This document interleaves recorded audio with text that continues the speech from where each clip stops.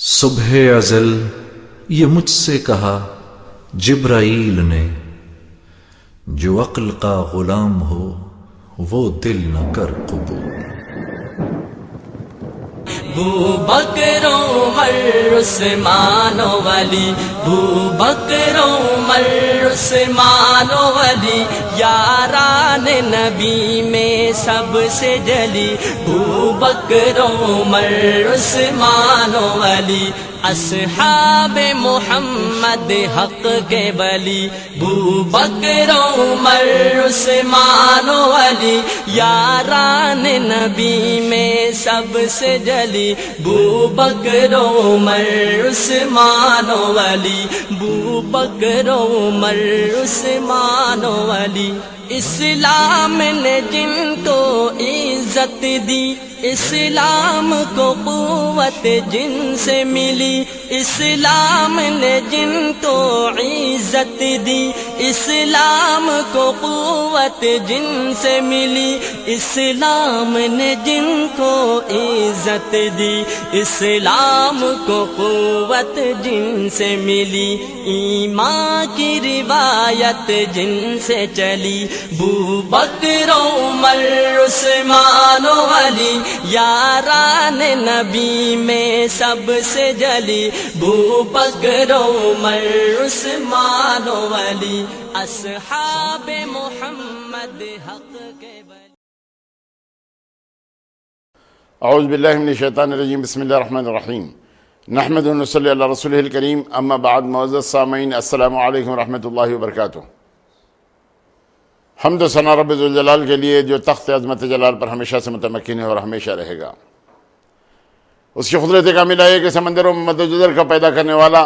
رات اور دن کا بنانے والا، خزا و قدر کا مالک و مختار ہے، عزت اور ذلت کا دینے والا وہی پروردگار ہے، زندگی اور موت اسی کے ہاتھ ہے۔ ہم اسی کی حمد و ستائش بیان کرتے ہیں، اسی کی بڑائی کرا کر لاپتے ہیں کہ اس خلاق اکبر نے جو عظیم احسان ہم پر کیا وہ یہی کہ امت محمدیہ میں پیدا فرمایا اور خود اس امت کی تعریف فرمائی کہ تم بہترین امت ہو، لوگوں کو برائیوں سے روکتے ہو، بھلائیوں کی طرف بلاتے ہو۔ درود و سلام سید العرب والعجم جمیل الشیم صاحب الجود والکرم صلی اللہ علیہ وسلم کی ذات اقدس پر کہ جس ذات گرامی نے عرب کے بدوؤں اور خانہ بدوشوں کو تاریخ انسانی کے کاروان کا سالار بنا دیا۔ بزرگوں اور دوستو، آج جس صحابی رسول کا تذکرہ آپ سماعت فرمائیں گے وہ خادم رسول اکرم صلی اللہ علیہ وسلم حضرت انس بن مالک رضی اللہ تعالیٰ عنہ ہے۔ حضرت انس بن مالک جب اللہ کے نبی صلی اللہ علیہ وسلم ہجرت کرتے مدینہ منورہ پہنچے تو اس وقت آپ کی عمر 10 سال تھی۔ آپ کی والدہ محترمہ ام سلیم اس نونہال کو لیے ہوئے اللہ کے نبی صلی اللہ علیہ وسلم کی بارگاہ میں پہنچتے ہوئے کہتے ہیں کہ اللہ کے نبی، میری بہترین مال و متاع یہی میرا بیٹا انس بن مالک ہے، اس کو اپنے غلامی میں رکھ لیجئے، یہ آپ کی خدمت کرتا رہے گا۔ اللہ کے نبی صلی اللہ علیہ وسلم نے اس لڑکے کے سر پر ہاتھ پھیرتے ہوئے اپنی غلامی میں اس کو قبول کر لیا۔ ایک روایت تو یہ بھی ملتی ہے کہ حضرت ام سلیم کے جو شوہر نامدار تھے ان کے ذریعے آپ نے اللہ کے نبی صلی اللہ علیہ وسلم کی خدمت میں بھیجا تھا۔ حضرت انس بن مالک کے جو باپ تھے، مالک جن کا نام ہے، وہ حالت کفر ہی میں رہے، اور جب آپ کی زوجہ محترمہ ام سلیم ایمان لائی اللہ کے نبی صلی اللہ علیہ وسلم پر، اس وقت جب اللہ کے نبی صلی اللہ علیہ وسلم نے ہجرت ابھی نہیں فرمائی تھی بلکہ ہجرت سے 2-3 سال پہلے آپ داخل اسلام ہو گئی تھی، تو اس وقت مالک سے ان کا نباہ نہ ہو سکا، اس لیے وہ ملک شام کی طرف چلے گئے، اور پتہ نہیں وہیں جا کر کسی نے انہیں قتل کر دیا، وہیں وفات پا چکے۔ ادھر حضرت انس بن مالک پروان چڑھ رہے ہیں کہ بے شمار لوگ حضرت ام سلیم کو اپنے عقد میں لانے کے لیے پیغامات بھیجتے ہیں، لیکن آپ نے کسی کو قبول نہیں کیا۔ آخر کار وہ وقت آیا جب حضرت ابو طلحہ زید انصاری انہوں نے اپنے عقد کا پیغام بھیجا، تو ام سلیم نے ان سے کہا کہ میرے جو سابقہ شوہر تھے مالک جن کا نام تھا، ان کے اوصاف بھی بہت اچھے تھے، لیکن وہ حالت کفر میں ہونے کی وجہ سے ان کا اور میرا نباہ نہ ہو سکا،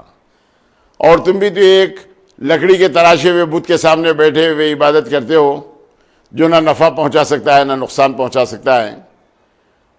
تو اس وقت حضرت ابو طلحہ زید انصاری سوچنے پر مجبور ہو گئے اور اس کے بعد اس نتیجے پر پہنچے کہ بلا شبہ ام سلیم نے سچ کہا اور وہ داخل اسلام ہو گئے۔ حضرت ام سلیم نے کہا کہ مجھے آپ کے عقد میں آنا منظور ہے، تو حضرت ابو طلحہ زید انصاری نے پوچھا کہ آپ کا مہر؟ حضرت ام سلیم نے کہا کہ آپ کا ایمان لانا ہی میرا مہر ہے۔ حضرت ثابت بن قیس رضی اللہ تعالیٰ نے کہا کہ میں اس سے زیادہ بہتر مہر کسی اور عورت کا میں نے نہیں دیکھا، میں نے نہیں سنا، اس لیے کہ ام سلیم نے کہا کہ آپ کا ایمان لانا ہی میرا مہر ہے، یہ بہت خوش نصیبی کی بات ہے۔ حضرت ابو طلحہ زید انصاری وہ صحابی رسول ہیں، جب آپ داخل اسلام ہو گئے تو مت پوچھئے کہ اللہ کے نبی صلی اللہ علیہ وسلم سے کیا وارفتگی تھی، کیا محبت تھی۔ ادھر حضرت انس بن مالک جب اللہ کے رسول صلی اللہ علیہ وسلم کی غلامی میں آگے تو صبح صادق کے وقت اٹھتے، نماز فجر سے پہلے اللہ کے نبی صلی اللہ علیہ وسلم کے پاس پہنچتے، پانی کا اہتمام کرتے، اللہ کے نبی صلی اللہ علیہ وسلم کے لیے وضو کا اہتمام کرتے۔ بسا اوقات اللہ کے نبی صلی اللہ علیہ وسلم نے یہ بھی فرمایا کہ کل یعنی مجھے آج روزہ رکھنے کا ارادہ ہے، تو فوراً کچھ کھجوریں آپ کے سامنے اور پانی پیش کرتے، اللہ کے نبی صلی اللہ علیہ وسلم انہیں کھا کر روزہ رکھ لیا کرتے۔ اس انداز سے جو غلامی تھی، وہ غلامی کا انداز یہ تھا کہ صبح صادق کے وقت آ جاتے اور اس کے بعد ظہر سے پہلے گھر جاتے، عصر سے پہلے آتے، عصر کے بعد گھر جاتے، اور پھر اس کے بعد بسا اوقات تو مغرب اور عشاء تک بھی اللہ کے نبی صلی اللہ علیہ وسلم کی خدمت میں رہتے۔ مطلب یہ کہ اللہ کے نبی صلی اللہ علیہ وسلم خلوت میں ہوں یا جلوت میں جہاں بھی ہوں، حضرت انس بن مالک ان کی خدمت میں ایسے جٹے رہتے کہ مت پوچھئے، لوگ جنہیں گھر کا فرض سمجھتے تھے۔ آقا کی غلامی میں 10 سال گزرنے کے باوجود حضرت انس بن مالک کا یہ بیان کہ اللہ کے نبی صلی اللہ علیہ وسلم نے کبھی مجھ پر خفگی کا اظہار نہیں فرمایا، کبھی آپ خفا نہیں ہوئے، کبھی آپ نے جھڑکا نہیں، اور کبھی آپ نے کسی قسم کی کوئی بات ایسی نہیں کی، یعنی 10 سال عمر کے اس انداز سے اللہ کے نبی صلی اللہ علیہ وسلم کی صحبت میں آپ نے گزار دیے۔ حد یہ کہ اللہ کے نبی صلی اللہ علیہ وسلم کی بارگاہ سے اٹھے، اپنے گھر جا رہے ہیں، راستے میں کچھ لڑکوں کو دیکھا کہ وہ کھیل رہے ہیں، فوراً اس میں آپ بھی شریک ہو گئے، کھیلنے لگے۔ اللہ کے نبی صلی اللہ علیہ وسلم آنے لگے تو اپنے مقام پر مؤدبانہ انداز سے حضرت انس بن مالک ٹھہرے رہے، تو حضور اکرم صلی اللہ علیہ وسلم نے ان کو ایک کام کے لیے بھیجا اور کہا کہ اس کا تذکرہ کسی سے نہ کرنا۔ چنانچہ حضرت انس بن مالک پہنچے، وہ کام کیا، تو پھر واپس آئے تو دیکھا کہ اللہ کے نبی صلی اللہ علیہ وسلم ایک سائے میں ٹھہرے ہوئے ہیں۔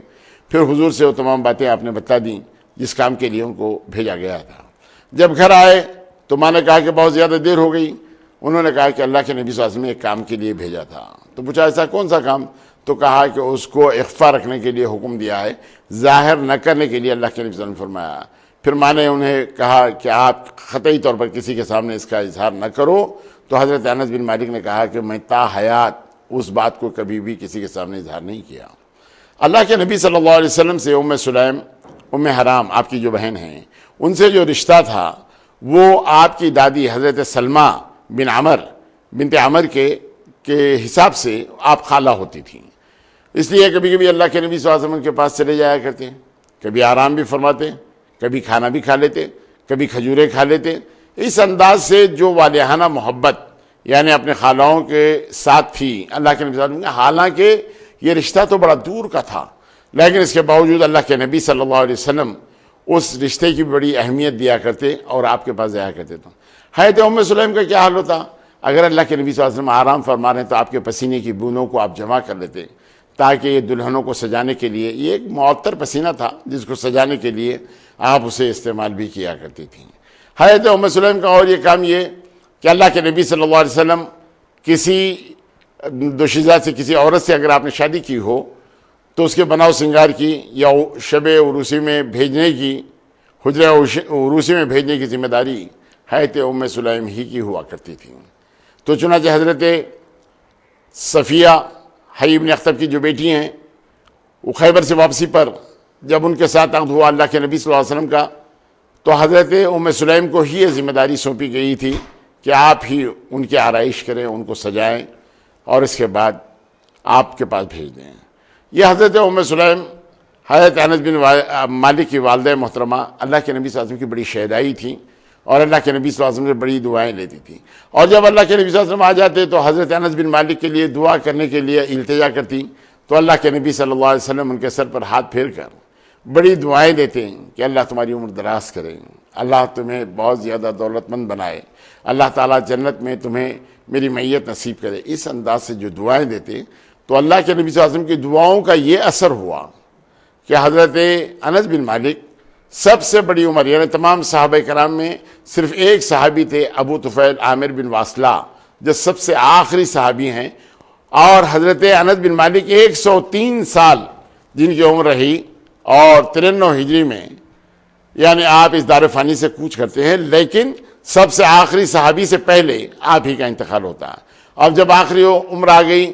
تو یہ آنکھوں کے جو پپوٹے تھے وہ تو ہم آنکھوں پر آ جاتے تھے، اس کو اٹھا کر لوگ ان کا دیدار کرتے تھے، اس لیے کہ یہ وہ آنکھیں ہیں جنہوں نے اللہ کے نبی صلی اللہ علیہ وسلم کا دیدار کی ہیں۔ حضرت ابوبکر صدیق اللہ کے نبی صلی اللہ علیہ وسلم کے بعد خلیفہ منتخب ہوئے، لیکن اللہ کے نبی صلی اللہ علیہ وسلم کی زندگی میں یعنی 2 ہجری میں جب بدر کا واقعہ رونما ہوا تو اللہ کے نبی صلی اللہ علیہ وسلم نے یہ تمام قید لگا دی تھی کہ 15 سال سے پہلے کسی اور کو اس میں شریک نہیں کرتے تھے، جن بچوں کی عمر 15 سال سے کم ہو وہ واپس لوٹا دیے جاتے تھے، لیکن باوجود 12 سال کی عمر ہونے کے حضرت انس بن مالک جنگ میں تو شریک نہیں، لیکن اللہ کے نبی صلی اللہ علیہ وسلم کی خدمت میں غزوہ بدر میں شریک رہے، اور اس کے بعد غزوہ احد میں عمر کے 13 سال ہوئے، اللہ کے نبی صلی اللہ علیہ وسلم کی خدمت میں آپ حاضر رہے، یعنی جنگ میں شریک رہے، اور پھر اس کے بعد خندق کی جنگ میں مکمل طور پر یعنی آپ جوان ہو گئے، اور اس انداز سے ان کو بھی مجاہدے کی اجازت مل گئی۔ اور صلح حدیبیہ میں وہ 1400 نفوس جو اللہ کے نبی صلی اللہ علیہ وسلم کے دست اقدس پر حضرت عثمان غنی کی کا بدلہ لینے کے لیے بیعت کیے، ان بیعت کرنے والوں میں حضرت انس بن مالک بھی شریک رہے۔ اس کے بعد پھر وہ موقع بھی آیا، فتح مکہ میں اللہ کے نبی صلی اللہ علیہ وسلم کے ہم رکاب رہے، حنین کی جنگ میں شریک رہے، اور اس کے بعد طائف میں شریک رہے، طائف کے بعد پھر غزوہ تبوک میں بھی شریک رہے، اور اس کے بعد اللہ کے نبی صلی اللہ علیہ وسلم نے جو آخری حج کیا جسے ہم حجۃ الوداع کہتے ہیں، اس کے اندر بھی حضرت انس بن مالک شریک رہے۔ یعنی اللہ کے نبی صلی اللہ علیہ وسلم سے جو فیض جو کسب آپ نے حاصل کیا اس میں احادیث کا ایک ذخیرہ ہے، یعنی 1286 حدیثوں کے راوی ہیں حضرت انس بن مالک۔ اللہ کے نبی صلی اللہ علیہ وسلم کی خلوت اور جلوت کے تمام واقعات آپ کی نظروں کے سامنے ہیں، بڑے بڑے صحابہ کرام آپ سے صلاح و مشورہ لیا کرتے، حضرت انس بن مالک ان کا تمام جواب دیا کرتے تھے، نہ صرف علمی معاملے کے اندر سب سے زیادہ آگے تھے بلکہ مجاہد بھی تھے، اور پھر حضرت عمر رضی اللہ تعالیٰ عنہ کے زمانے میں جب ایرانیوں سے جنگ شروع ہوئی تو اس جنگ کے اندر آپ برابر کے شریک رہے ایک مجاہد کی طرح۔ حالانکہ حضرت ابوبکر صدیق نے حضرت عمر فاروق سے مشورہ کرنے کے بعد بحرین کا عامل بھی بنایا، لیکن اس کے باوجود طبیعت میں یعنی مجاہدہ پن تھا، اس لیے ایک سپاہی جیسے فوج میں شریک ہونا اپنے لیے سعادت تصور کرتے ہوئے شریک ہو گئے۔ ایرانیوں سے ایک جنگ میں ایک مقام پر ایسا بھی ہوا کہ ایک محاصرے کے اندر گئے اور ان لوگوں نے ایرانیوں نے اوپر سے لوہے کی زنجیروں کے ساتھ کچھ ایسے کانٹے لگا دیے جس سے آدمی کو اوپر کھینچا جا سکتا تھا، حسن اتفاق، اور وہ پھر ان سلاخوں کو گرم کر کے آپ بھیج دیا کرتے تھے تاکہ وہ کسی قسم کا چھوٹنے نہ پائے۔ جب حضرت انس بن مالک اس قلعے کی دیوار کے قریب ہو گئے تو ان آنکڑوں میں آپ بھی پھنس گئے، آپ کو جب اوپر اٹھایا جا رہا تھا تو آپ کے بھائی برا بن مالک رضی اللہ تعالیٰ عنہ وہ بھی شریک تھے، فوراً ہو گئے اور انہوں نے اس سلاخ کو جب چھوا اور اپنے بھائی کو وہاں سے چھڑا لیا تو اوپر سے نیچے تو گر گئے، لیکن حضرت برا بن عازب کا تمام ہاتھ اس انداز سے جل گیا کہ ہڈیاں نکل گئیں، یہ تمام ہڈیاں صاف طور پر نظر آنے لگی۔ حضرت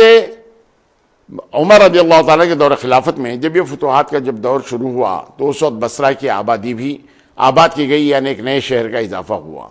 حضرت عمر کے دل میں یہ خیال آیا کہ کیوں نہ یہاں ایک معلمین کی جماعت بھیج دی جائے جو وہاں کی تعلیم اور تربیت، قرآن کی تعلیمات، فقہ کی تعلیمات تمام دی جائیں۔ چنانچہ ایک روایت کے مطابق 9 اور 10 آدمیوں کو حضرت عمر نے بصرہ کے اس مقام کے اوپر آپ نے بھیج دیا جس کے اندر حضرت انس بن مالک بھی برابر کے شریک رہے، اور پھر وہاں پر درس و تدریس کا کام رہا، یعنی آخری عمر تک یہ تمام کام کرتے رہے۔ اللہ تعالیٰ نے نبی کریم صلی اللہ علیہ وسلم کی دعاؤں کے طفیل بہت زیادہ دولت سے نوازا تھا، یعنی تمام انصار میں سب سے زیادہ دولت مند حضرت انس بن مالک تھے۔ اللہ تعالیٰ نے اولاد سے نوازا تھا، 90 لڑکے یا ایک روایت کے مطابق 80 لڑکے اور 3 لڑکیاں حضرت انس بن مالک کی اولاد میں ہوئیں، اور جب آخری وقت آ گیا تو یہ تعداد یعنی پوتوں کی تعداد بھی ملا کر 100 سے زیادہ کی تعداد اس وقت موجود تھی۔ حضرت انس بن مالک کی زندگی کے وہ اوراق جب آپ تعلیم اور تربیت دیا کرتے، برملا لوگوں کو ٹوک دیا کرتے تھے۔ اس کے بعد ہوا یہ کہ حضرت عثمان غنی جب خلیفہ منتخب ہو گئے تو اس وقت جب آپ کو یہ معلوم ہوا کہ ان کے گھر کا محاصرہ کر لیا گیا ہے تو آپ نے چند جانثاروں کے ساتھ لیے ہوئے حضرت عثمان غنی کی مدد کے لیے آپ نکلے، لیکن مدینہ پہنچنے سے پہلے حضرت عثمان غنی شہید کر دیے گئے۔ اس کے بعد آپ کو بڑا خلق ہوا، اور اس کے بعد پھر آپ نے دیکھا کہ حضرت علی بن ابی طالب خلافت پر آپ کو منتخب کیا گیا، آپ خلیفہ منتخب ہو گئے۔ تو جنگ جمل، جنگ صفین، نہروان کی جو جنگیں حضرت علی بن ابی طالب کے زمانے میں ہوئیں اس میں کسی میں آپ نے حصہ نہیں لیا، بلکہ گوشہ تنہائی میں اپنی عافیت سمجھی، اس انداز سے آپ رہے۔ اور اس کے بعد پھر حضرت عبداللہ ابن زبیر کا جب موقع آ گیا تو اس وقت بھی آپ بصرے کے اندر امامت میں اپنے لگے رہے، کسی قسم کی کوئی کام نہیں۔ لیکن مختار ثقفی آپ کو اپنا دشمن تصور کرتا اور بنو امیہ کا دشمن تصور کرتا ہے، اسی لیے آپ نے سارے لوگوں کے سامنے آپ کو ذلیل اور رسوا کرنا چاہا، چنانچہ گردن پر اس نے ایک مہر لگائی۔ حضرت انس بن مالک کی تمام باتوں کو، اس ذلت کو برداشت کرتے رہے، اور اس کے بعد عبد الملک بن مروان کے پاس آپ نے لکھ دیا کہ حجاج ابن یوسف کا عمل میرے ساتھ یہ ہے۔ چنانچہ عبد الملک بن مروان نے حجاج ابن یوسف کو بہت سخت خط لکھتے ہوئے کہا کہ تم فوراً پہنچو خادم رسول کے مکان پر اور ان سے معافی طلب کرو، اور جب تک وہ تمہیں معاف نہ کر دیں ورنہ میں تمہیں معذور کر دوں گا۔ تو حجاج اپنے تمام ساتھیوں کو لیے ہوئے حضرت انس بن مالک کے مکان پر پہنچتا ہے اور ان سے معذرت خواہی کرتا ہے، اور اس کے بعد یہ کہتا ہے کہ آپ اگر ایک تحریر عبد الملک بن مروان کو میرے تعلق سے اگر لکھ دیں کہ یعنی وہ خفگی ختم ہو گئی ہے، سلوک میرا اچھا ہے آپ کے ساتھ، اگر یہ لکھ دیں تو بڑی نوازش ہوگی۔ تو حضرت انس بن مالک نے اس بات کو بھی آپ نے پسند فرمایا، اور اس کے بعد آپ نے عبد الملک بن مروان کو یہ لکھ دیا کہ اب حجاج ابن یوسف سے مجھے کوئی شکایت باقی نہیں رہی۔ تو اس وقت عبد الملک بن مروان خاموش ہو گئے۔ عبد الملک بن مروان ایک مرتبہ اپنے پاس دمشق میں کچھ لوگوں کو آپ نے بلایا، جس میں حضرت انس بن مالک بھی شریک رہے۔ انس بن مالک جب جاتے ہوئے راستے میں آپ نے نماز عصر ادا کی تو آپ نے قصر نماز پڑھی اور اپنے ٹینٹ میں چلے گئے، تو اس وقت ان کے ساتھیوں نے مکمل یعنی 4 رکعت نماز آپ نے پڑھی۔ اس وقت حضرت انس بن مالک بڑے برہم ہوئے ہوتے کہ جب اللہ تعالیٰ نے آپ کو چھوٹ دے رکھی ہے اور آپ یہ سہولت آپ حاصل کر سکتے ہیں، لیکن اس کے باوجود آپ نے کسی قسم کا کوئی فائدہ نہیں اٹھایا۔ لوگ تو بال کی کھال کھینچتے ہیں لیکن معاملوں میں اس انداز سے برتاؤ کرتے ہیں کہ اللہ نے جو چھوٹ دے رکھی ہو اس سے کما حقوق فائدہ نہیں اٹھاتے ہیں۔ اور پھر تمام لوگوں کے سامنے آپ برملا یہ کہا کرتے تھے بصرہ میں کہ آپ آخری وقتوں میں آپ نمازیں پڑھتے ہیں بالکل اس انداز سے، اس لیے کہ نماز ظہر کے بعد کچھ لوگ آپ کے پاس آئے تو اس وقت آپ نے دیکھا کہ نماز عصر کے لیے وضو کر کے تیاری آپ کر رہے ہیں، تو پھر ان لوگوں نے کہا کہ ابھی تو عصر کا وقت شروع نہیں ہوا اور آپ تیاری کر رہے ہیں۔ تو اس وقت آپ نے فرمایا کہ لوگ تو نماز کے لیے آخری وقتوں میں اٹھتے ہیں اور 4 ٹھونگے مار کر یہ سمجھ جاتے ہیں کہ یہ نماز مکمل ہو گئی، حالانکہ یہ نماز تو منافق کی نماز ہے۔ مومن کی نماز اس انداز سے نہیں، بلکہ مومن کو مکمل طور پر اہتمام کرنا پڑتا ہے، بڑے خشوع و خضوع کے ساتھ نماز کا ادا کرنا مومن کی شان ہے۔ آپ یہ تمام ان لوگوں سے برملا فرما دیا کرتے، اور کسی قسم کی کوئی غلطی اگر کسی سے نظر آ جاتی تو اس وقت برملا ان کو ٹوک دیا کرتے تھے۔ آپ اللہ کے نبی صلی اللہ علیہ وسلم کے بعد اکابرین صحابہ سے آپ نے درس و تدریس حاصل کی، آپ پڑھنے اور پڑھانے کے معاملے میں کبھی کسی قسم کا آپ نے کوئی شرم محسوس نہیں کی، بلکہ حد یہ کہ آپ کے جو بھائی تھے بڑے حدیث خانی کے اندر بہت مشہور تھے، یعنی جب قافلے جاتے تو بڑی لے لگاتے، جن کا نام حضرت برا بن مالک تھا۔ ایک مرتبہ وہ اپنے ٹینٹ میں بیٹھے ہوئے میدان کارزار ہے، وہاں پر اپنے بھائی کے ٹینٹ میں جب یہ پہنچے تو وہ کچھ اشعار پڑھ رہے ہیں، تو حضرت انس بن مالک نے ان سے کہا کہ بھائی جب اللہ تعالیٰ نے ہمیں قرآن دی ہے جس کو خوش الحانی کے ساتھ آپ پڑھ سکتے ہیں، تو پھر یہ اشعار یہ کیا معنی؟ تو اس وقت انہوں نے کہا شاید انس تم کو اس بات کا خیال ہو گیا کہ میں بستر مرگ پر مر جاؤں گا، تو خدا کی قسم میں بستر مرگ پر نہیں بلکہ میدان کارزار میں لڑتے ہوئے شہید ہو جاؤں گا۔ آپ نے قسم کھاتے ہوئے جب یہ بات کی تو اللہ تعالیٰ نے ان کی لاج بھی رکھ لی، اور اس کے بعد جب وہ جنگ میں شریک ہو گئے تو اس کے بعد جنگ میں لڑتے ہوئے آپ شہید ہو گئے۔ برا، یہ حضرت برا بن مالک وہ شخصیت تھی جو مسلمہ ابن کذاب کی جب جنگ ہوئی حضرت ابوبکر صدیق کے دور خلافت میں، جس نے نبوت کا دعویٰ کیا تھا، تو اس وقت آپ نے فرمایا تھا کہ لوگوں سے کہ مجھے اٹھا دو اور اس حدیقۃ الرحمن میں جو مسلمہ ابن کذاب نے بنایا ہے آپ مجھے اس کے اندر ڈال دو، اس لیے کہ جب یہ جذبات میں آ جاتے تو بہت زیادہ جذبے میں ہوتے، تو وہ لڑتے ہوئے لوگوں سے جب دروازے کو انہوں نے کھول دیا، مسلمان جس کے اندر داخل ہوئے، تو اس کے بعد مسلمہ ابن کذاب کا بھی خاتمہ ہوا، وہ وحشی بن حرب سے اور قبیلے بنو مزینہ کے عبداللہ کے ہاتھ سے، یہ جو ام عمارہ کے بیٹے تھے مسلمہ ابن کذاب، ختم ہوا، جہاں پر 1000 سے زیادہ مسلمان، جس کے اندر 700-800 کی تعداد حفاظ کرام کی تھی، تمام شہید ہوئے، جن کے بعد حضرت عمر اور حضرت ابوبکر صدیق نے یہ مشورہ کیا کہ اگر حفاظ کرام اس انداز سے دنیا سے، دار فانی سے کوچ کر جائیں تو پھر قرآن کیسے محفوظ رہے گا؟ تب ان کے دل میں اس بات کا خیال ہوا، تو چنانچہ زید بن ثابت کو یہ ذمہ داری سونپی کہ قرآن جمع کریں۔ یہ یعنی مسلمہ ابن کذاب سے جنگ کے بعد یہ واقعات ہمیں اس انداز سے پیش آئے، لیکن اس جنگ کے اندر سب سے زیادہ اہم کام جنہوں نے انجام دیا ان کا نام براء بن مالک تھا، جو حضرت انس بن مالک کے بھائی تھے۔ حضرت انس بن مالک کے بھائی کا عالم یہ ہوتا کہ آپ بڑی لے لگاتے تو اونٹ بڑی تیزی کے ساتھ رات میں تمام چلتے، اور اس سے بہت زیادہ یعنی سفر بہت آسانی کے ساتھ ہو جاتا تھا۔ حضرت انس بن مالک کے ایک چچا تھے انس بن نضر، جو غزوہ بدر میں تو شریک نہیں ہو سکے، لیکن اللہ کے نبی صلی اللہ علیہ وسلم سے آ کر انہوں نے کہا کہ اللہ کے نبی، اگر قریش سے پھر جنگ اگر باقی ہو اور اگر کبھی جنگ ہو جائے تو انشاءاللہ المستعان میں آپ کو بتلا دوں گا، اللہ جو چاہتا ہے وہ ہوگا ضرور، لیکن میں اپنے آپ کو کس انداز سے نچھاور کروں گا یہ تو میدان کارزار ہی بتلائے گا۔ چنانچہ غزوہ احد کے اندر بڑی جانفشانی کے ساتھ آپ حضرت انس بن نضر اس میں شریک رہے، نہ صرف شریک رہے بلکہ اس انداز سے شریک رہے کہ اس وقت حضرت سعد بن معاذ رضی اللہ تعالیٰ عنہ جب اور حضرت عمر رضی اللہ تعالیٰ عنہ سے آپ نے کہا کہ آپ بیٹھے ہوئے ہیں کیا کر رہے ہیں؟ ارے احد کے دامن سے تو مجھے جنت کی خوشبو آ رہی ہے۔ یہ اس انداز سے آپ پہنچے اور لڑتے ہوئے یعنی اب جان و تن کا نذرانہ اللہ کی بارگاہ میں آپ نے پیش کر دیا۔ یہ آپ کے چچا تھے حضرت انس بن نضر۔ حضرت انس بن مالک اس انداز سے اللہ کے نبی صلی اللہ علیہ وسلم سے والہانہ محبت کرنے والے کہ حضور کے جانے کے بعد بھی رات میں جب خواب دیکھ لیتے، اللہ کے نبی صلی اللہ علیہ وسلم کا دیدار کر لیتے، اور صبح میں جب آپ کا حلیہ بیان کرنا ہوتا یا کوئی حدیث بیان کرنا ہوتا تو آنکھیں ڈبڈبا جاتی اور دل بھر آتا، اور ایسے زار و خطار روتے کہ گھر جانے کے بعد مکمل طور پر آپ وہ تمام دیدار کرتے، اللہ کے نبی صلی اللہ علیہ وسلم کی جو چیزیں آپ کے پاس رکھی ہوئی تھیں ان سے اپنے دل کو اس انداز سے بہلایا کرتے ہیں۔ جب آخری وقت آ گیا تو ختن نام کے ایک صاحب نے جو آپ کی نماز جنازہ پڑھائی، وہ صحابی رسول تو نہیں ہیں لیکن آپ کے شاگردوں میں ہیں، انہوں نے نماز جنازہ پڑھائی تو اس وقت آپ نے کہا کہ اللہ کے نبی صلی اللہ علیہ وسلم کا منہ مبارک میری زبان کے نیچے رکھ دو۔ چنانچہ وہ منہ مبارک اللہ کے نبی صلی اللہ علیہ وسلم کا آپ کی زبان کے نیچے رکھنے کے بعد روح پرواز ہو گئی۔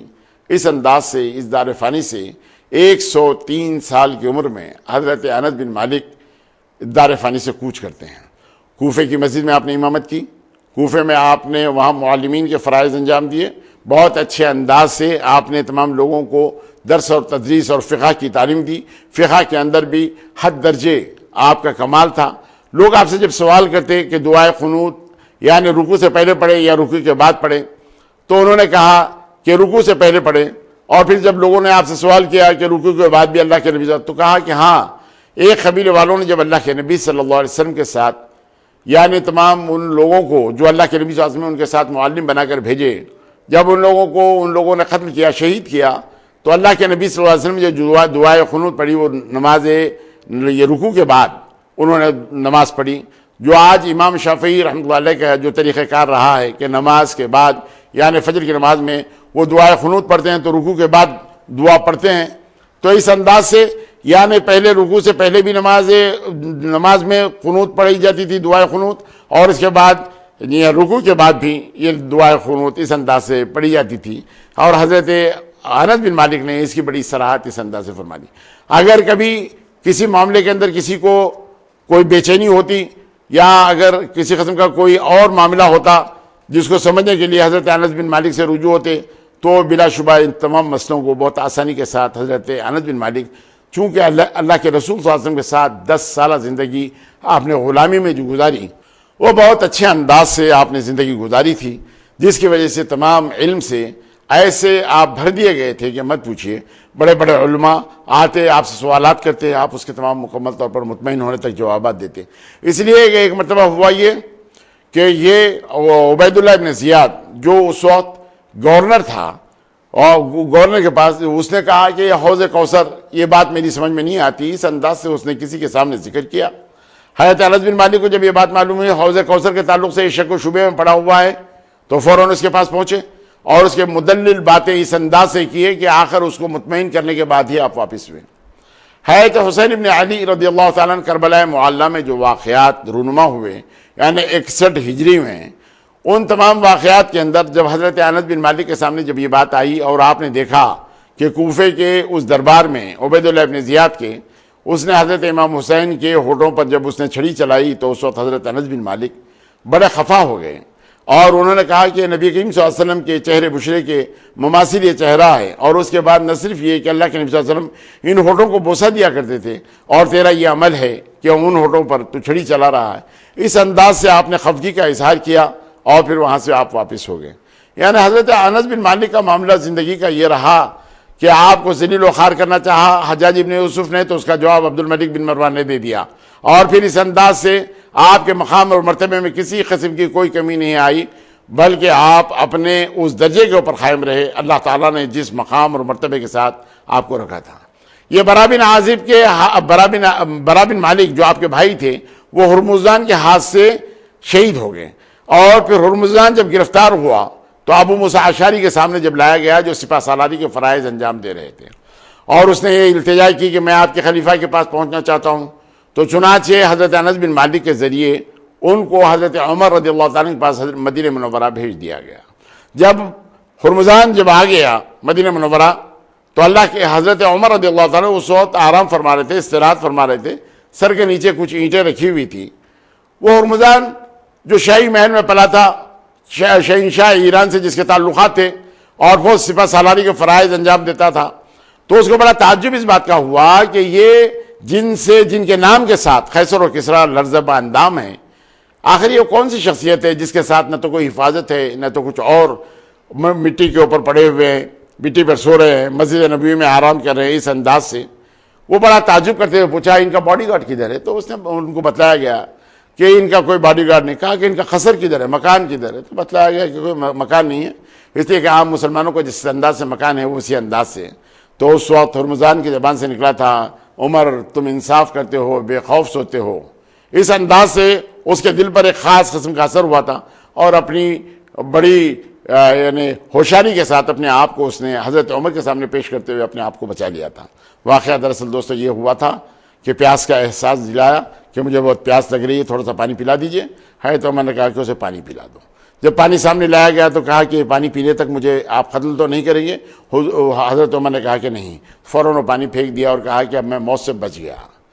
حضرت عمر سوچنے لگے اس کی عقل مندی پر، تو فوراً اس نے کہا اگر میں اس پانی کے پھینکنے سے پہلے اگر میں کسی قسم کا کوئی اقرار کرتا تو موت کے ڈر سے تھا، اب تو موت میری ختم ہو گئی، آپ تو مجھے مار بھی نہیں سکتے، لیکن اب میں اس بات کی گواہی دیتا ہوں کہ اشہد ان لا الہ الا اللہ و اشہد ان محمد رسول اللہ۔ اس انداز سے وہ داخل اسلام ہوا تھا، تو حضرت عمر نے اس کا وظیفہ بھی مقرر کیا تھا۔ لیکن بعد کے تمام جاسوسی ہتھ کنڈوں میں جب وہ پھنسنے کے بعد حضرت عبید اللہ ابن عمر نے اس کو ختم کر دیا تھا، جہاں ابو لولو فیروز کی بیٹی کو بھی ختم کیا تھا، اور پھر ایک جعفر ایک اور نام تھا اس کو بھی انہوں نے ختم کیا تھا۔ حاصل کلام یہ کہ حضرت انس بن مالک جن کی زندگی مدینہ منورہ میں تھی اور جنہوں نے اللہ کے نبی صلی اللہ علیہ وسلم کا وہ جشن دیکھا جب اللہ کے نبی صلی اللہ علیہ وسلم خبا کی بستی سے مدینہ منورہ داخل ہو رہے ہیں، تو اس وقت انہوں نے کہا کہ میں بھی ان بچوں میں شامل تھا جس میں جاء رسول اللہ جاء رسول اللہ جاء محمد جاء محمد، محمد آ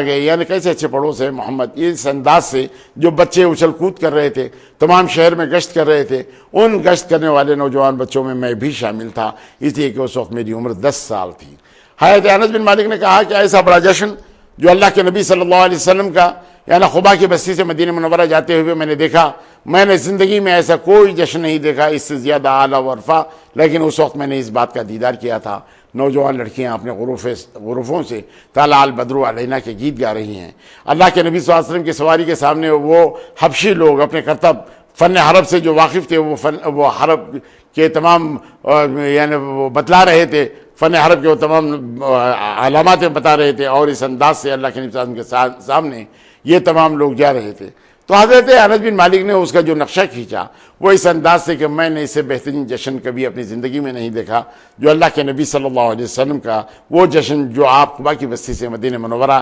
یعنی حضرت ابو ایوب انصاری کے مکان تک پہنچنے تک جو ہوا، اور راستے میں بنو سالم میں جو اللہ کے نبی صلی اللہ علیہ وسلم نے نماز جمعہ ادا فرمائی تھی۔ ان تمام باتوں کے تذکرے حضرت انس بن مالک اپنے تمام بعد عمر کے لوگوں کے سامنے بھی، جو چونکہ وہ صحابہ کرام اس دار فانی سے کوچ کر چکے تھے، ان کی عمر چونکہ اللہ کے نبی صلی اللہ علیہ وسلم کی دعائیں ان کے ساتھ تھی بہت زیادہ لمبی تھی، اسی لیے آپ بار بار وہ تمام ان باتوں کا تمام تذکرہ کیا کرتے تھے، اور احادیث کا درس اس انداز سے بصرے میں آپ دیا کرتے تھے۔ بصرہ وہ مقام ہے جہاں پر تعلیم حاصل کرنے کے لیے لوگ مکہ اور مدینے سے بھی آیا کرتے، اور بہت دوسرے علاقوں سے بھی آتے، اور ان کو درس و تدریس کا وہ تمام کام سونپ دیا جاتا، تو آپ اس کو بحسن خوبی بہت انجام اس انداز سے دیا کرتے تھے کہ مت پوچھیے۔ حضرت انس بن مالک کے یعنی محبت رسول اور جوش ایمان کا یہ تقاضا کہ نماز کس انداز سے پڑھی جائے، نماز کب وقتوں پر پڑھی جائے اور کیسے پڑھی جائے، اور منافق کی نماز اور مومن کی نماز میں کیا فرق ہوتا ہے، یہ تمام باتیں حضرت انس بن مالک نے بتلا دیا۔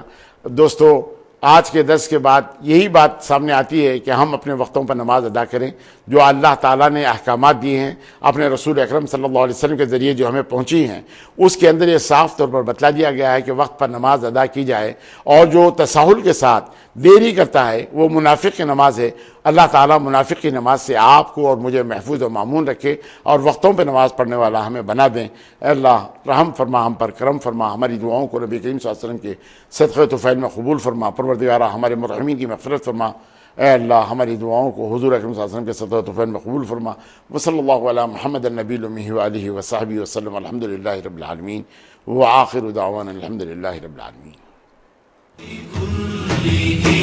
ثم الرضا عن أبي بكر وعن عمر، ثم الرضا عن أبي بكر وعن عمر، ثم الرضا